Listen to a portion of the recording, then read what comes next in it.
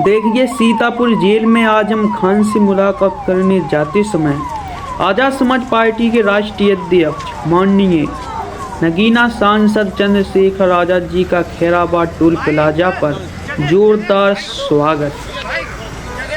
देखिए, बहुत ही ज़्यादा हाईवे पर भीड़ एकत्रित हो चुकी है। कार्यकर्ता यहाँ पर माननीय आज़ाद जी का स्वागत करेंगे।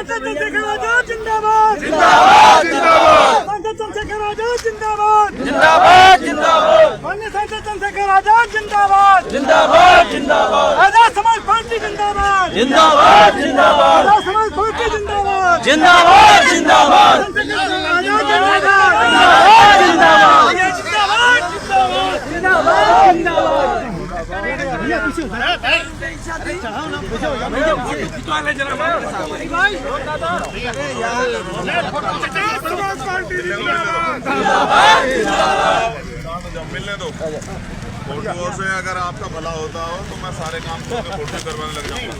भैया मुलाकात हो भैया मिलने दो भैया थोड़ा मिलने दो। भैया मुलाकात करेंगे। माला पैसा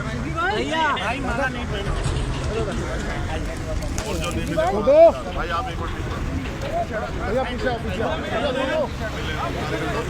हाँ है आप जाइए। अरे भाई पीछे हटो सब लोग। आगे जाओ यार। भैया इनसे मिल लियो जरा। जाओ अंदर जाओ। पहुंचो भैया सबको जाओ आगे। जो मिला रहा पीछे दिलीप भाई कोई बच्चा आप आइए।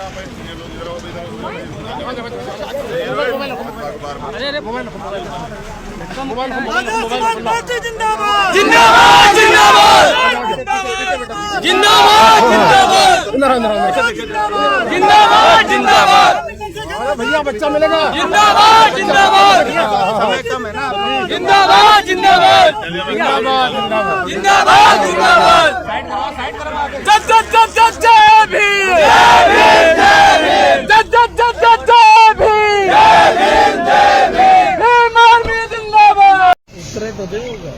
मुझे दे देंगे, मेहरबानी हो जाएगी। एक मिनट करने दीजिए आराम।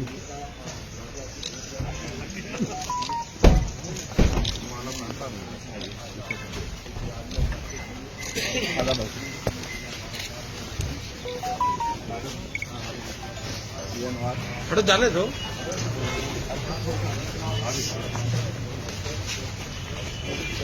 जावेद भाई कहाँ गए?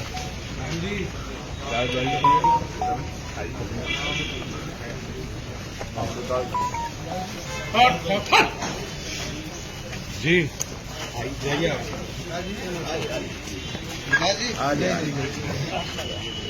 भैया जाना इनको जाने दो भाई, इनको जाने दो अभी।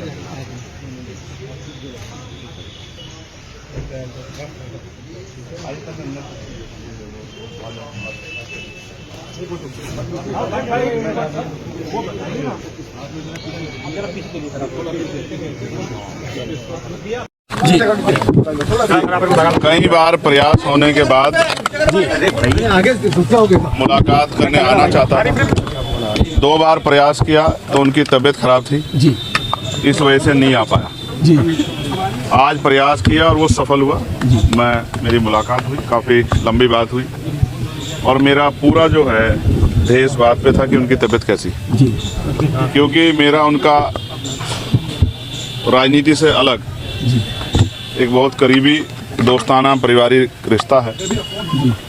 तो मैं उनके मामलों को भी देख रहा हूँ। जिस तरह से बकरी चोरी कराने में 10 साल की सजा, ऐसे एक होता चोरी करना एक कराना, ऐसे छोटे छोटे मामलों में बड़ी बड़ी सजा। और जिस जज ने उनको निर्दोष करार दिया वो जज शाम के समय तक ट्रांसफ़र होकर दूसरे ज़िले में चले जाते हैं।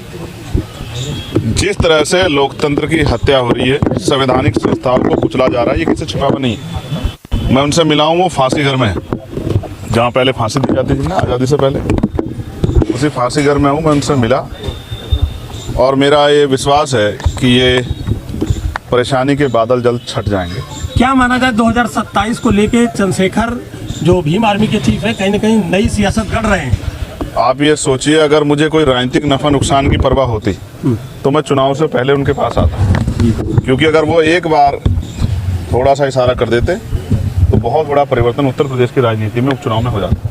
लेकिन मैं इसलिए चुनाव के बाद आया हूँ कि ये मेरा जो रिलेशन है, रिश्ता, ये राजनीतिक ना होकर वो जो मजबूत रिश्ता है, वैचारिक, व्यवहारिक, पारिवारिक। क्योंकि मेरे आज भी याद है जब मेरे ऊपर गोली चली तो वो बीमार होते हुए पूरे परिवार सहित आए और कई घंटे मेरे पास रुके, मेरे दुख तकलीफ को अपनी दुख तकलीफ मान के, और मेरा साथ दिया उस समय। और समय समय पे अपनी पार्टी में भी, अपने नेताओं से भी उन्होंने मेरे लिए लड़ाई लड़ी। तो एक अच्छा साथी होने के नाते मैं अपनी जिम्मेदारी अदा करने और उनके हाल जानने, जो कि बहुत ख़राब है तबीयत के तौर पे भी। और जेल, आप समझ, जेल कोई अच्छी जगह तो नहीं होती। इस समय क्या हालातों के बारे में क्या बताया? वो बीमार हैं, उनकी आंखों में इन्फेक्शन हुए, मैंने उनकी हालात देखी, मुझे बड़ी तकलीफ हुई, भावुकता भी थी मेरे अंदर। मैं सरकार से ये अपील करूंगा कि राजनीति में वैचारिक विरोध हो सकता है, लेकिन जिस तरह से पिछले कुछ लंबे समय से ये देखा गया है कि अपने राजनीतिक विरोधियों को सरकारी मशीनरी का दुरुपयोग करके सत्ता ने हटाने का काम किया, ये अच्छा नहीं। इससे ये पीढ़ी दर पीढ़ी चलता रहेगा, इसका खामियाजा फिर दूसरे लोगों को भुगतना पड़ेगा। अगर आप कुछ अन्याय करोगे तो कल आने वाले समय में ताकत आने पर दूसरा व्यक्ति भी अन्याय करेगा। कल जो जबकि उन्होंने मुझसे कहा कि हम बदले में नहीं, बदलाव में भरोसा रखते हैं, हम जन सेवा के लिए हैं और हम आने वाले कल में भी जन सेवा करेंगे। उनका आशीर्वाद मुझे हमेशा मिलता रहा। कल हुए उपचुनाव में जो जैसा रहा स्थितियां रही पूरे उत्तर प्रदेश में, उसको लेकर क्या कहेंगे? और पुलिस और सरकार ने कुछ दरोगाओं का सस्पेंशन भी किया है, क्या मानते हैं? ये जो चैनल्स का आप लोगो देख रहे हैं, इनके एक शानदार पत्रकार को जिस तरह पुलिस ने और वहाँ के कुछ स्थानीय अराजक तत्वों ने जिस तरह से घसीटा, अपमानित किया, वहाँ के जिलाधिकारी को हस्तक्षेप करके उनको बचाना पड़ा। जिस तनाव में और जिस तरह की हिंसा में कल का चुनाव हुआ, शायद ही कभी इस तरह का चुनाव पहले हुआ। क्या आप 2017 किसी अधिकारी से बात करो, किसी कर्मचारी से बात करो, किसी मीडिया के बंधु से बात करो, सब लोग कह रहे हैं कि हमने अपने जीवन में इस तरह का हालात कभी नहीं देखे। क्योंकि मुख्यमंत्री जी ने इसको अपनी साख का सवाल बना लिया और उनको लगता है अगर वो कहीं उपचुनाव में लूज कर गए तो केंद्र में बैठी सरकार भाजपा की शायद उनको ना छोड़े। इस वजह से उन्होंने एड़ी चोटी का जोर लगाया। अधिकारियों को भी कहा कि मुझे ये सीटें जीतनी है, तो अधिकारियों ने भी पूरी जोर आजमाइश की और जनता ने लूटते हुए लोकतंत्र की लुटती अस्मिता को तो कहते हैं मैंने कार्रवाई भी करी, पुलिस वालों को सस्पेंड किया। अच्छा, वो पुलिस वाले किसका काम कर रहे हैं आप मुझे बताओ? अगर कोई गलत नहीं हो रहा तो सस्पेंड क्यों किए? ये तो वो हैं, मतलब आपकी चोरी पकड़ी गई तो आपने सस्पेंड किया, लेकिन जहाँ चोरी नहीं पकड़ी गई वहाँ तो हुआ है। अब आप समझो ना, अब ये चाइना का बॉर्डर नहीं है कि रिवॉल्वर निकाल के इंस्पेक्टर साहब को जनता को डराना पड़े। सर, पहले हरदोई जेल में अब्दुल्ला से मुलाकात, अब आजम खान से मुलाकात, फिर आप उनके घर भी गए। तो मान लिया जाए 2027 में कहीं ना कहीं चंद्रशेखर कोई नई सियासत गढ़ रहे हैं अंदर ही अंदर। आपको ऐसा लगता है? मेरा फर्ज है, अगर कोई परेशान है, तकलीफ में है और मेरा साथी है, तो एक सच्चे साथी का फर्ज ये होता है कि वो दुख के समय उनके साथ खड़ा हो। नहीं, आजम जी बड़े नेता हैं, सुख में तो हर कोई खड़ा होता। अब एक सवाल यहाँ से पीछे से आया था, ये